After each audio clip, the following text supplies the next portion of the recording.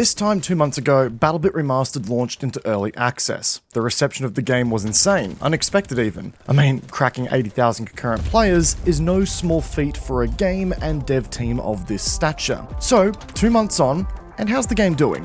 What has it accomplished so far, and how's it run its course? G'day there once again viewers, your mate Kamikaze78 here, and today, I figured we'd do a quick recap or check-in as to how BattleBit is doing and a look into its future as a game.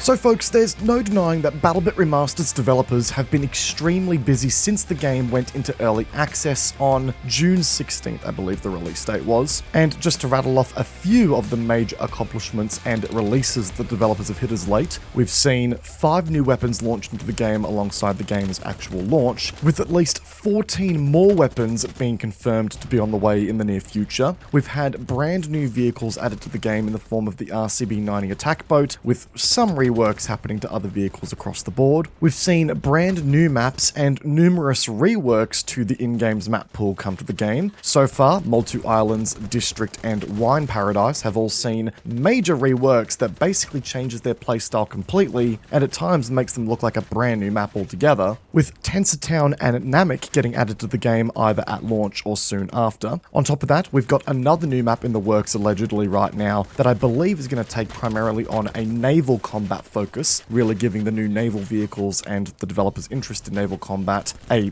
chance to be quite the dominant play space. We've also seen work completed on the UI so far, massive balance passes that go a long way in addressing community feedback, and just overall improvements to the core gameplay. I mean, remember folks, when the game launched, bullet flinch or aim punch was far more prominent, and classes other than the combat medic could not heal themselves in game. And now there are options for all classes to maintain themselves to a certain extent in combat, which again, a great step in the right direction. And all of this was done within 2 months by a team of 3 people. It's very impressive to see in action, to be completely honest, especially with some of the, let's say, announcements that we've seen from other first-person shooter developers as of late. I'm not going to name and shame in this video, but if you're in the know, you're in the know, and you know exactly what I'm talking about here. And on top of all that, folks, BattleBit successfully hosted a pretty awesome Twitch Rivals event that cracked over 100,000 viewers on the main broadcast. It's a wild success story for the game, and it's great to see the community get behind the event and support their favorite content creators. As someone who played in the Twitch Rivals event, and who played in Rivals for the first time ever, thanks to that event, man, what an experience it was. And I tell you what, I have every intention of taking the fact that I killed Shroud 4 times in that event to the grave there. Just gonna throw that little humble brag into the video there, folks, as well, because, you know, killing Shroud, that's a little bit of fun. But yeah, overall, guys, BattleBit has been doing some amazing stuff lately and has been smashing content out and updates out like nobody's business in the last 2 months. However, there's also no denying that despite this momentum, the Steam player charts for BattleBit look to be on a relatively sharp decline when you take a look at them. There's just no denying that fact. Over the last 7 days, the game has been averaging peak concurrent player counts anywhere between, say, 19,000 to 23,000 players, which is obviously a far fetch from its original all-time peak of 80,000 players that we saw a couple of months ago. And I've certainly seen some commentary from some members of the community out there that are expressing concerns that this may be signaling the end of BattleBit and the end of this low-poly fad that drove the game to its success originally. But I think we need to keep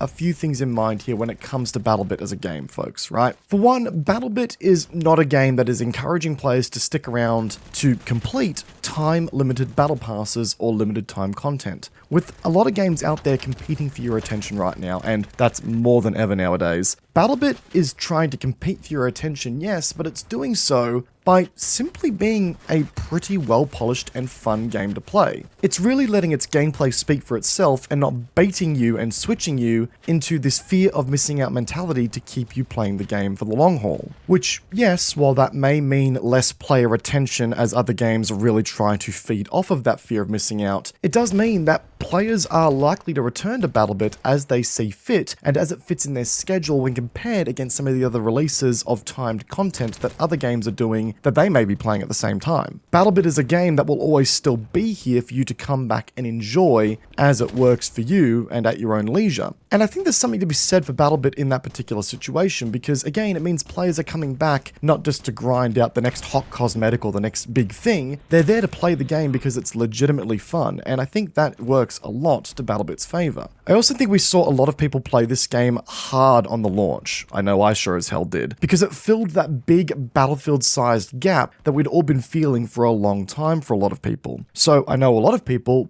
dove into the game big time. They sunk hundreds of hours into BattleBit in such a short amount of time. Again, I know I did. And as a result, I've seen a lot of people put comments up saying that, they're taking a break to avoid burnout. And that is an approach I can 100% understand myself. If I wasn't a content creator for BattleBit, there's a good chance I also would have taken a break by now, just to make sure I didn't, overburn myself. On top of that, guys, I would argue that BattleBit is easily one of the most accessible games to the more casual audience that we've seen in years, and I don't necessarily mean that in the technical perspective. Yes, obviously BattleBit is a low-poly game with graphics that are very easy to run on low-end hardware, but it's also a game that you can just well and truly jump into to mess around with some mates once a week or so. But on the flip side, it's also a game that you can grind like an absolute madman should you wish, and get the same amount of fun from the game depending on your playstyle. You can just jump in and do some of the most scuffed shit that you and your mates can come up with, or you can farm the blue-collar workers, depending on your pick. There's merit in both, and while on paper it may lead to a less committed player base because more people are playing the game casually, it affords so much more player freedom, and I think the community is far healthier for it. In addition, there's some pretty big releases hitting the market lately. Baldur's Gate 3 has taken the world by storm, and rightfully so as of late, and we've got Starfield launching real soon as well, which I know is going to take up the attention of a lot of people, probably myself included. And I know that this may sound like a whole lot of copium here, guys, and there's a real chance that it is, but I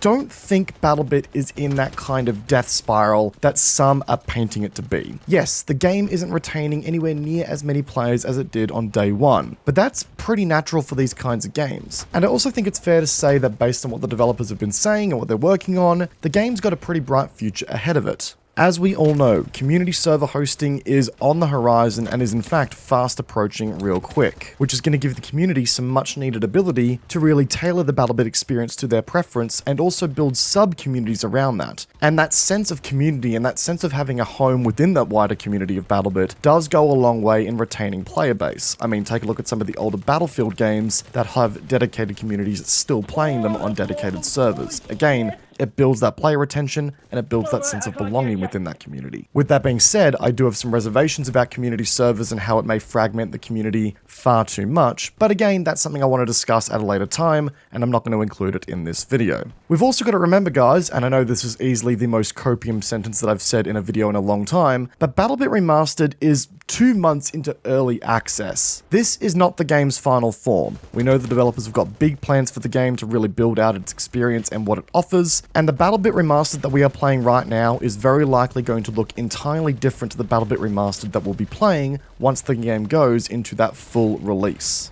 And to me, that's a very, very exciting prospect. And as the game makes those steps to get to that final stage, we are of course going to see these hype cycles and these dips in popularity, but that just happens with any game on the market to this day.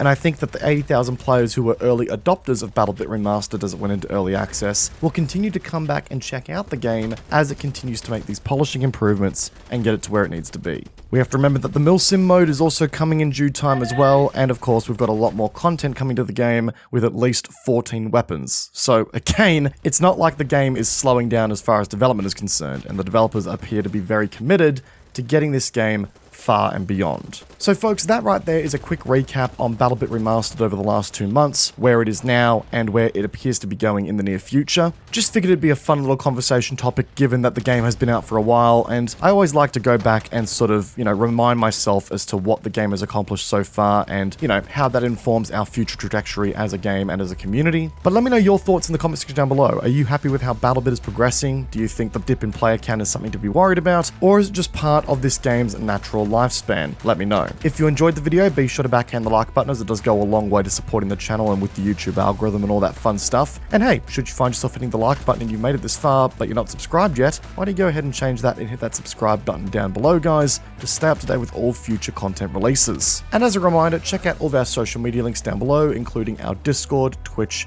and our Twitter. It'd be great to see you guys over there. Once again, guys, I hope you enjoyed today's video. Peace out, and I will see you guys all in the next one. Take care, guys. Have a good one.